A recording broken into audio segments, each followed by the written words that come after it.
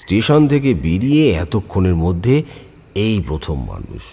আমি ব্যাকুল হয়ে তাকে জিজ্ঞাসা করলাম, ও মশাই, ও মশাই, শুনছেন? পাতাঝুরির রাস্তা এটাই তো? আসলে অনেক দিন আগে এসেছি কি না, রাতে তাই ঠাহর করতে পারছি না। পাতাঝুরি যাবেন তো ওদিকে কোথায় যাচ্ছেন? ওদিকে তো ঘন জঙ্গল আর শ্মশান। যেই মাত্র গাছের নিচে আসা, গাছটা নুয়ে এসে ভীষণ জোরে আবার মাটিতে আছড়ে পড়ল। সঙ্গে সঙ্গে আবার আগেকার অবস্থায় তেমনই কাত হয়ে আছে রাস্তার উপর। আর যেন খলখল একটা হাসি শুনতে পাচ্ছি বাতাসে। আমি ছুটে বেরিয়ে গেলাম তাই রক্ষা, নইলে গাছটা ঠিক আমার মাথার উপর এসেই পড়ত। তা যদি হতো, আমার মাথা ফেটে চৌচির হয়ে যেত।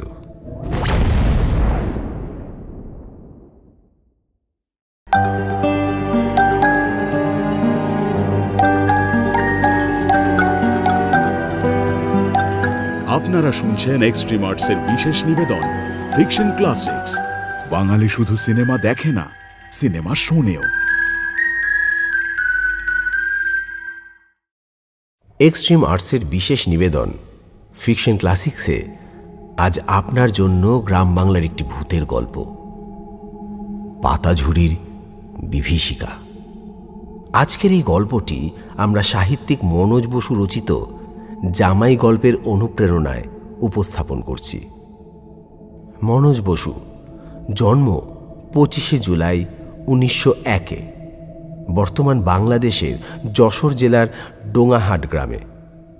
মৃত্যু 26শে ডিসেম্বর কলকাতায়। তার রচিত বিখ্যাত উপন্যাস নিশি কুটুম্ব।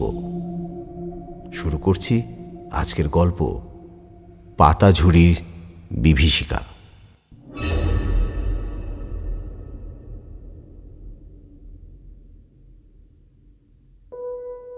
তখন আমার বয়স ওই 19-20 হবে। বিশ্বভারতীর কলা বিভাগের ছাত্র ছিলাম আমি। সেখানেই ছাত্রাবাসে থাকতাম। ইউনিভার্সিটির কাছে এক বন্ধু থাকতো, নাম নিলয়। ছুটির দিনে ওর বাড়ি চলে যেতাম আড্ডা দিতে। আরও জোনা 2-3 বন্ধু আসতো গল্পগুজব করতে। একবার নিলয়ের এক দূর সম্পর্কের মামা ওদের বাড়ি এসেছিলেন। সেদিন ওদের বাড়ি আমাদের সবার নেমন্তন্ন ছিল। দুপুরে খাওয়া দাওয়ার পর থেকেই কালো করে মেঘ ধরে তুমুল ঝড় জল শুরু হয়ে গেল। সেই সাথেই কড়াং কড়াং করে বাজ পড়তে লাগলো। আমরা দোতলার ঘরে বসে জানলা দিয়ে বর্ষণ উপভোগ করছিলাম। এমন সময় নিলয়ের মামা ঘরে প্রবেশ করলেন। তোমরা সব নিলয়ের বন্ধু? আমরা সবাই সম্মতি জানালাম। একবার নিলয় আমাদের বলেছিল ওর মামার জীবনে একটা সাংঘাতিক ঘটনা ঘটেছিল। মামা ঘরে ঢুকতেই নিলয় বলল, মামা, তোমার সেই শ্বশুর বাড়ির গল্পটা এদের একবার বলো না। গল্প? গল্পই বটে। কোথা থেকে যে কি হয়ে গেল।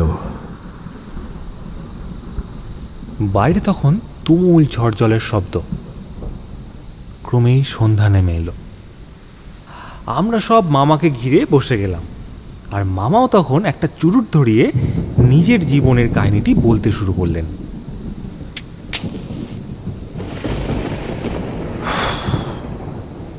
তখন শেওড়াফুলি তারকেশ্বর রেলপথ সবে বসছে।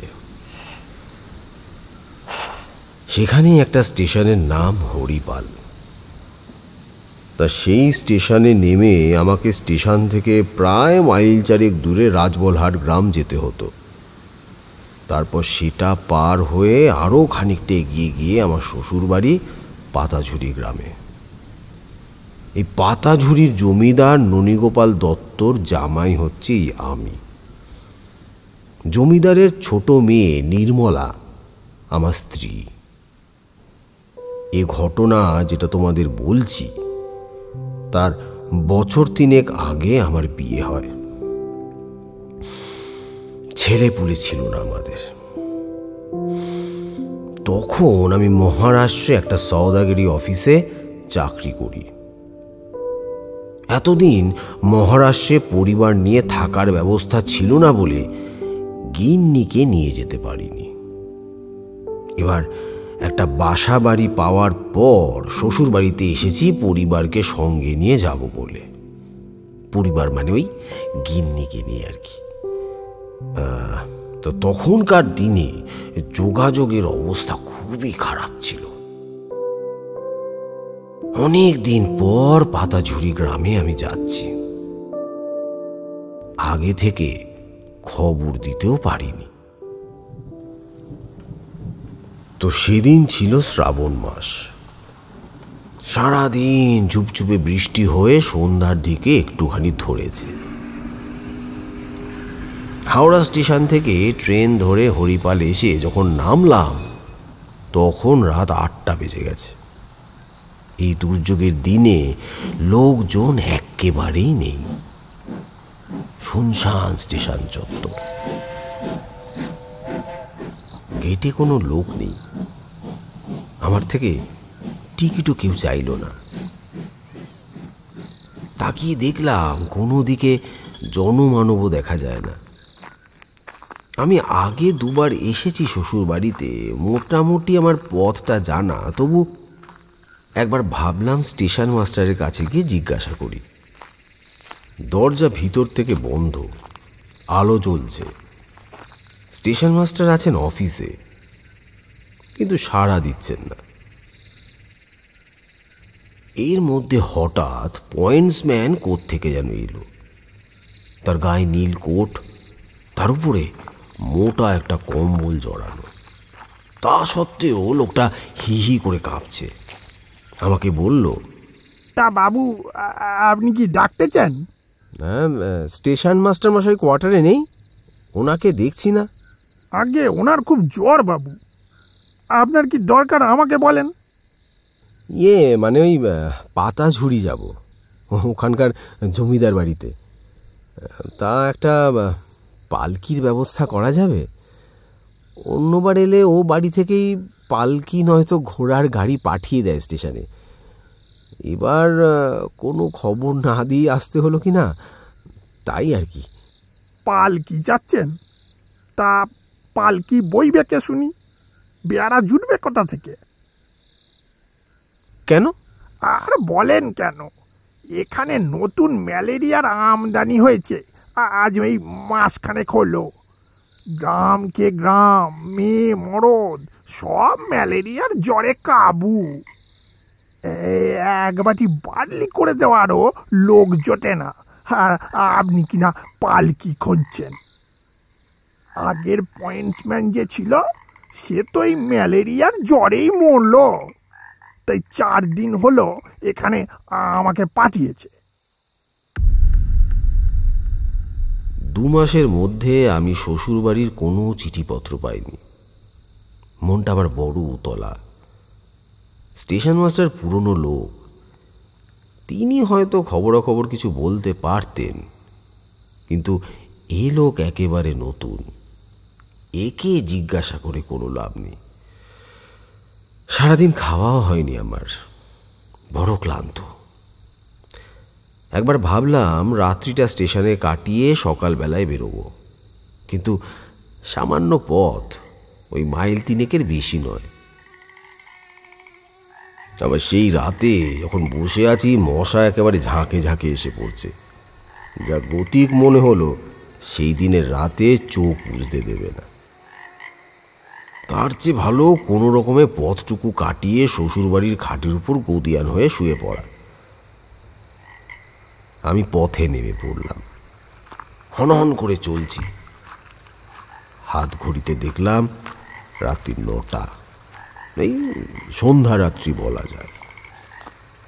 এরই মধ্যে চারিদিকে একেবারে নিশুতি। রাস্তার জল কলকল করে নালায় পড়ছে। ব্যাঙ ডাকছে গ্যাঙর গ্যাং। বাদুড়ের ঝাঁক উড়ছে মাথার উপর দিয়ে। তোমরা বুঝতেই পারছো যে বর্ষণ মুখর রাত্রে গ্রাম বাংলার পরিবেশ তখন কেমন ছিল। কিছুক্ষণের মধ্যেই চাঁদ দেখা দিল আকাশে। মেঘ ভাঙা ঘোলাটে জ্যোৎস্না। ছত্রাকার কেয়া পাতার নিচে মানুষ যেন। মানুষটা কাঁটা বনের মধ্যে মোটা কেয়াগুড়ির উপরে আরামে পা ছড়িয়ে বসে আছে। স্টেশন থেকে বেরিয়ে এতক্ষণের মধ্যে এই প্রথম মানুষ। আমি ব্যাকুল হয়ে তাকে জিজ্ঞাসা করলাম, ও মশাই, ও মশাই, শুনছেন? পাতাঝুরির রাস্তা এটাই তো? আসলে অনেক দিন আগে এসেছি কি না, রাতে তাই ঠাহর করতে পারছি না। পাতাঝুরি যাবেন তো ওদিকে কোথায় যাচ্ছেন? ওদিকে তো ঘন জঙ্গল আর শ্মশান। এই বৃষ্টি বাদলের দিনে রাত বিরেতে এখানে কেন মশাই? পাগল না মাথা খারাপ? আমি মুখ ফিরিয়ে জোরে গটমট করে এগিয়ে চললাম। দীর্ঘ একটা খেজুর গাছ ঝড়ে বেঁকে গেছে, কাত হয়ে আছে এটা রাস্তার ওপরে। গাছটা আমি আগেও দেখেছি, আমার পরিষ্কার মনে পড়ল। হ্যাঁ, এই সেই গাছ। তার মানে এইটুকুনি বুঝলাম যে আমি ঠিক পথেই এগোচ্ছি, পথ হারাইনি।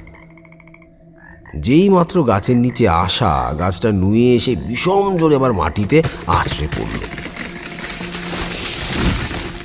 সঙ্গে সঙ্গে আবার আগেকার অবস্থায় তেমনি কাত হয়ে আছে রাস্তার উপর। আর যেন খলখল একটা হাসি শুনতে পাচ্ছি বাতাসে। আমি ছুটে বেরিয়ে গেলাম তাই রক্ষা, নইলে গাছটা ঠিক আমার মাথার উপর এসেই পড়ত। তা যদি হতো, আমার মাথা ফেটে চৌচির হয়ে যেত। অল্পের জন্য সে যাত্রা আমি রক্ষা পেলাম।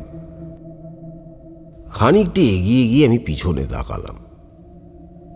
খেজুর গাছ যেমন তেমনই আছে, পাতাগুলো একদম ঝিলমিল করছে জ্যোৎস্নায়। ভাবলাম, এ আমার চোখের ভুল। খাওয়া দাওয়া হয়নি সারাটা দিন, খিদে তেষ্টায় অবসন্ন হয়ে আমার মাথা বোধহয় ঘুরছে, তাই এসব উল্টো পাল্টা জিনিস আমি দেখছি। আসলে এগুলো কিছুই নয়। যাই হোক, এইভাবে আরো খানিকক্ষণ চলার পর অবশেষে রাত 10:15 নাগাদ পাতাঝুরির জমিদার বাড়িতে পৌঁছলাম। শেষবার যখন এসেছিলাম তার আগের বছর দুর্গাপুজোর সময়। তখন এ বাড়িতে লোকজন, হই হুল্লোড়, চারিদিকে ঢাকের আওয়াজ, ঝাড়লণ্ঠনের হলুদ আলোয় মানুষজনের ভিড়, তারপর মানে ওই ধরো তোমার আতশবাজি, দাবা পাশা খেলা, দিঘিতে মাছ ধরা, বুঝতে পারছো তো, এইসব এলাহি ব্যাপার। এই শ্রাবণের বর্ষণ রাতে সেই 3 মহলা বাড়িটা যেন একটা অন্ধকারাচ্ছন্ন জমপুরি। মনে মনে ভয় হলো যে এ বাড়িতেও বুঝি ম্যালেরিয়ার প্রকোপ পড়েছে। প্যাচ প্যাচে কাদায় ছপাত ছপাত শব্দে বিশাল উঁচু সিংহ দরজা দিয়ে জমিদার বাড়ির ভেতরে প্রবেশ করলাম। মনে পড়ে গেল বছর 3 আগের কোনো এক এমনই শ্রাবণ সন্ধ্যায় এই বাড়িতে ঘোড়ায় চড়ে বর বেশে প্রবেশ করেছিলাম। বিলিতি বাজনা আর রসন চৌকির সানাইয়ের সুর এই প্রাসাদাপম বাড়িটাকে ভরিয়ে দিয়েছিল। আজ এত রাতে অন্ধকারে নিরবন্ধা পুরীর মতন সে বাড়িতে প্রবেশ করতে আমার গা ছমছম করতে লাগলো।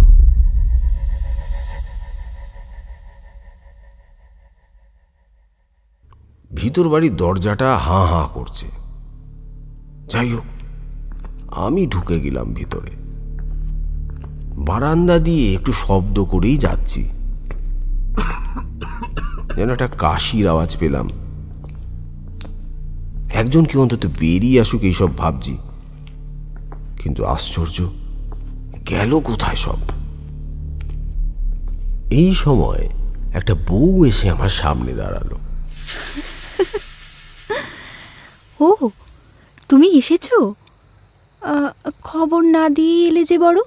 তা কি করব, মহারাষ্ট্রে হঠাৎই একটা 2 কামরার ঘর পেয়ে গেলাম, তাই তোমাকে সঙ্গে করে এবার নিয়ে যেতে এসেছি। পরের মাসটা ভাদ্র মাস, তোমার বাড়ি থেকে তো তখন আবার ছাড়বে না, তাই আমি তড়ি ঘড়ি চলে এলাম। খবর দেওয়ার সেরকম সময়ই পাইনি। এই কাউকে কোথাও দেখছি না যে, গেল কোথায় সব? অম্বিকে কালনায় আমার ছোট পিসির বাড়ি, আর ছোট পিসির মেয়ের বিয়ে, বাড়ি শুদ্ধ সকলে সেখানে গেছে।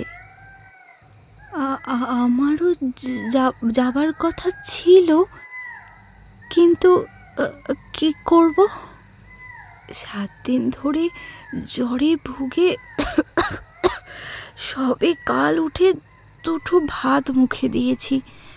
শরীর এখনো খুব দুর্বল। আমার তাই আর যাওয়া হলো নিকো। এই এত বড় 3 মহলা বাড়িতে এই অন্ধকারে একা একা তোমার ভয় করছে না? ও মা, একা হবে কেন? একা কেউ মেয়েকে রেখে যায় বলো দেখি? পুরো দারোয়ান ঠাকুরলাল সিং আর কানাই চাকর তো রয়েছে বাইরের বৈঠকখানা ঘরে, আর অন্দরমহলে পিলুর মা দয়াময়ী ঝিও আছে। শরীর খারাপ বলে সকাল সকাল শুয়ে পড়েছে হয়তো। এই সব বলতে বলতে পালঙ্কের বিছানায় চেপে বসে আমি অভিমান ভরে বললাম, সপ্তাহখানেক আগে একটা চিঠি তো দিয়েছিলাম, যদিও সেখানে আজকে আসার কথা বলা হয়নি, খুব তাড়াতাড়ি যাব সে কথা লিখেছিলাম। তা সে চিঠিও পাওনি তোমরা? চিঠি কি করে পাবো তুমিই বলো? কে এনে দেবে চিঠি? পোস্ট অফিসে 2 জন পিয়ন ম্যালেরিয়ার জ্বরে মরেছে। যে রানা চিঠি বয়ে আনে সেও ভয়ে দেশে পালিয়েছে শুনেছি। তোমার কাছে বলতে লজ্জা নেই, সারাদিন 2 মুঠো ভাতও জোটেনি জানো, ভীষণ খিদে পেয়েছে। সেই স্টেশন থেকে এই রাত বিরেতেই 3 মাইল হেঁটে এসে আর খিদের জ্বালা আমি কথা বলতে পারছি না গো।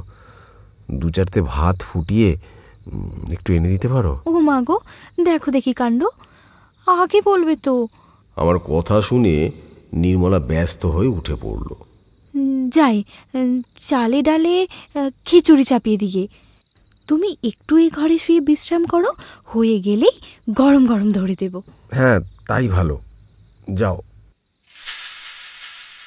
ও তো চলে গেল, যেন উড়ে বেরিয়ে গেল পাখির মতন।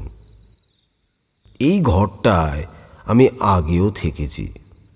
পিছনে খিড়কির বাগান, কদম ফুল ফুটেছে, খোলা জানলায় তার মিষ্টি গন্ধ ভেসে আসছে। কুলুঙ্গির প্রদীপটা হঠাৎ দপদপ করল, আলোর নাচ যেন শুরু হলো দেওয়ালে দেওয়ালে। হঠাৎ যেন অনেক লোকের আনাগোনার শব্দ আমি পাচ্ছি। বাইরে যেন ফিসফিস কথাবার্তা শুনতে পাচ্ছিলাম। কে কে ওখানে? কানাই নাকি? কিন্তু কোনো জবাব পেলাম না। একা কানাই কিংবা 2-4 জন মানুষ নয়, অনেক অনেক মানুষের বাড়ির সকলে নিমন্ত্রণে গিয়েছে। এত লোক তবে এলো কোথা থেকে? আমি আবার উকি দিয়ে দেখলাম জানলার বাইরে। মেঘ কেটে গিয়ে জ্যোৎস্না এখন উজ্জ্বল হয়েছে। না, কোথাও কিছু নেই। কিন্তু যেই মাত্র ভিতর দিকে সরে আসছি, আবার সেই পাতার খসখসানি, আবার যেন চাপা গলায় কেউ শোলা পরামর্শ করছে। উঠে গিয়ে আমি তরাম করে জানলাটা বন্ধ করলাম।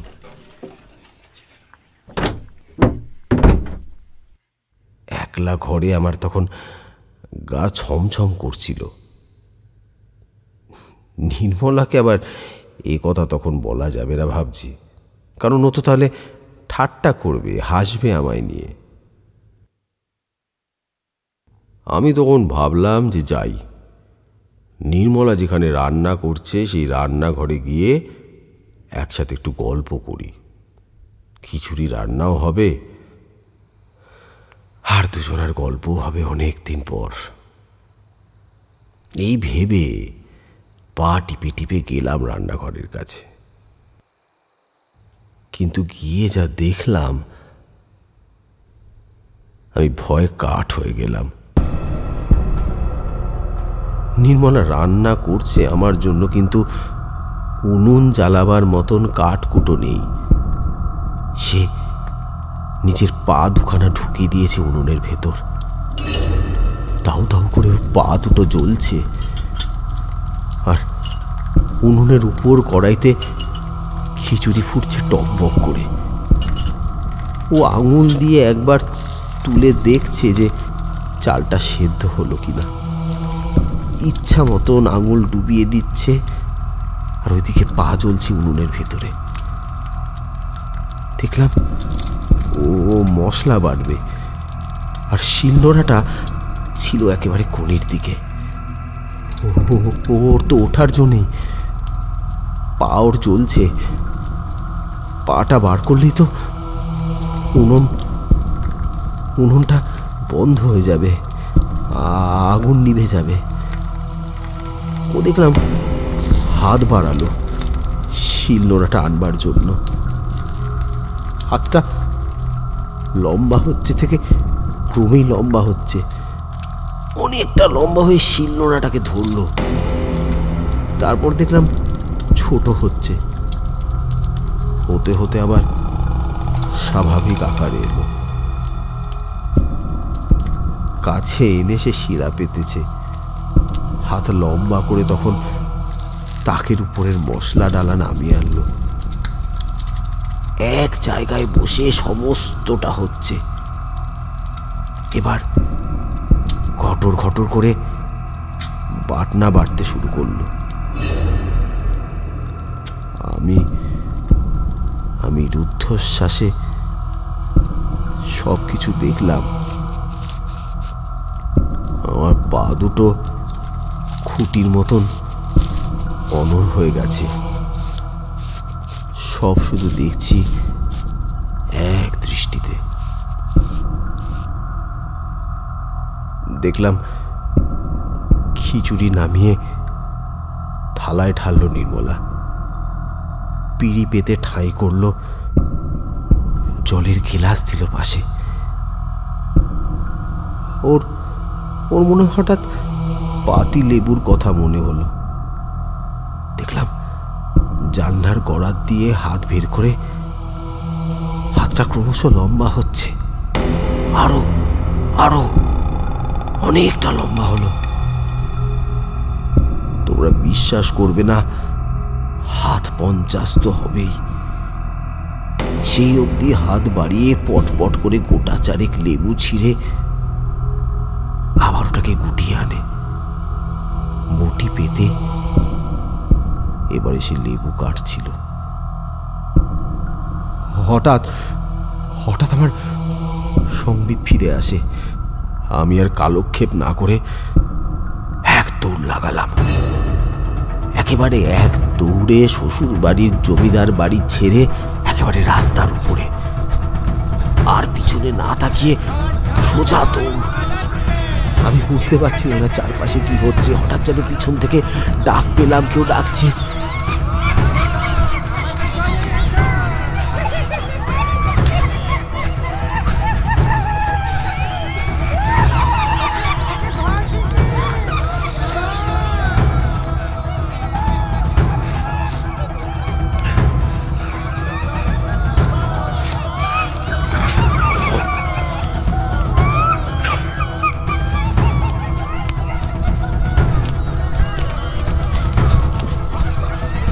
ডাক উপেক্ষা করে, চারিদিক খলখল হাসি উপেক্ষা করে আমি বাসতলার অন্ধকার কাটিয়ে ছুটতে ছুটতে একটা ফাঁকা জায়গায় এলাম।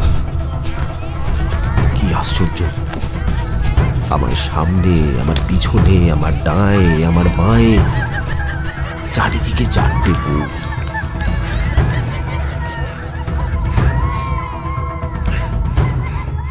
আমি যত ছুটছি বউগুলো ততই ছোটে। যেমন ছায়াকে ছেড়ে পালানো যায় না, এই যেন ঠিক তেমন। এর মধ্যেই সামনের বউটা একসময় এসে থমকে দাঁড়ায়। গায়ের উপরে আমি হুমড়ি খেয়ে পড়ছিলাম, কোনো রকমে সামনে নিলাম। আমি জানি একবার যদি ধরতে পারে আমায়, আমার আর রক্ষা নেই। তাকিয়ে দেখলাম অন্য তিনটে বউও দাঁড়িয়ে গেছে। সামনের বউটা আমার দিকে ঘুরে তাকালো। এতক্ষণ পর সে মুখের ঘোমটাটা তুলল। আমি দেখছি সে আমারই বউ নির্মলা, যে এতক্ষণ রান্না করছিল বসে বসে। আমি ডায়ে তাকালাম, বায়ে তাকালাম, দেখলাম বাকিরাও ঘোমটাটা খুলছে। আর ওরা সবাই নির্মলা। একজন নির্মলা, চারজন হয়ে গেছে। পালাবার কোনো দিকে পথ নেই। আমার গায়ে তখন ঘাম দেখা দিয়েছে। চারজনের আটখানা হাত অক্টোপাসের মতন টুটি চেপে ধরবে বুঝি। আর হাতগুলো দেখলাম সত্যি সত্যি লম্বা হচ্ছে, একটু একটু করে আমার দিকে এগিয়ে আসছে।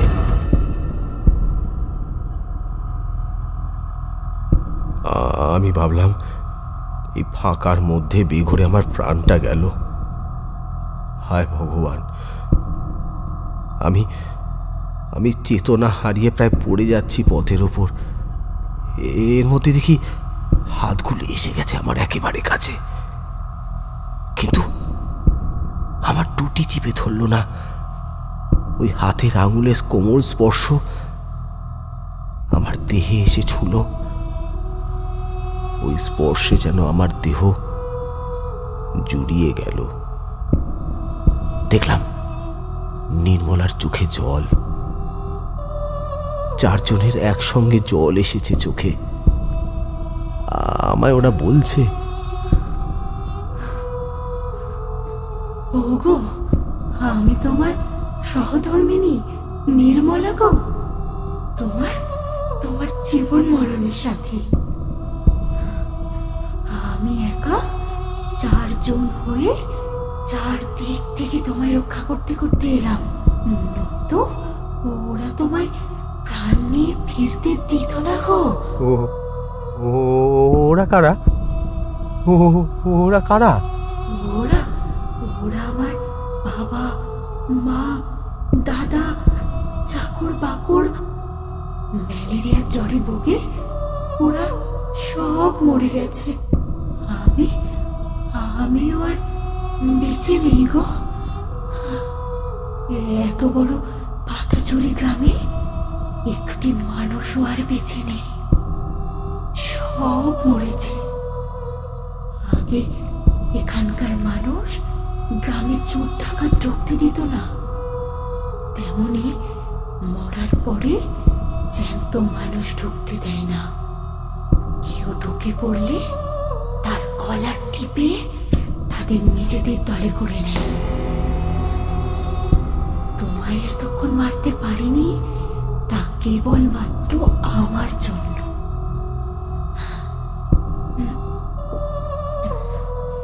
শত পরমায়ু নিয়ে তুমি বেঁচে থাকো গো।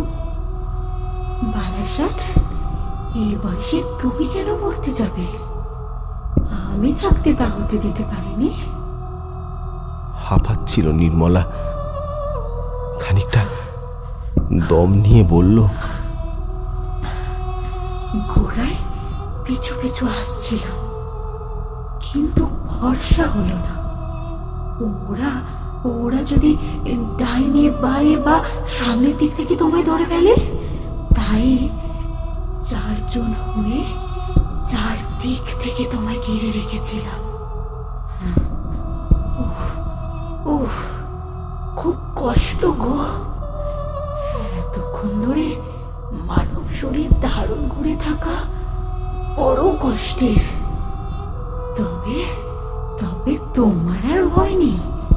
এই পাতা ঝুড়ির সীমানা ছাড়িয়েই এসেছি। আর ওরা আসবে না। রাত বেশি বাকিও নেই। আর একটু গেলেই স্টেশন। ভোরের প্রথম ট্রেন ধরে কলকাতা ফিরে যেও। আর কখনো এখানে এসো নে গো।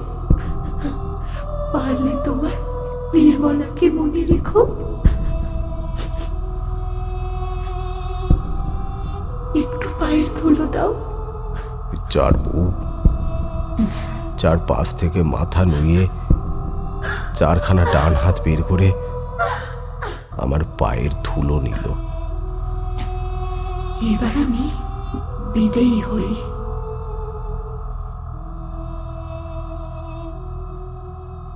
পলক পড়তেই দেখলাম ফাঁকা মাঠে আমি একা দাঁড়িয়ে। কেউ কোথাও নেই। আমি একা, একেবারে একা।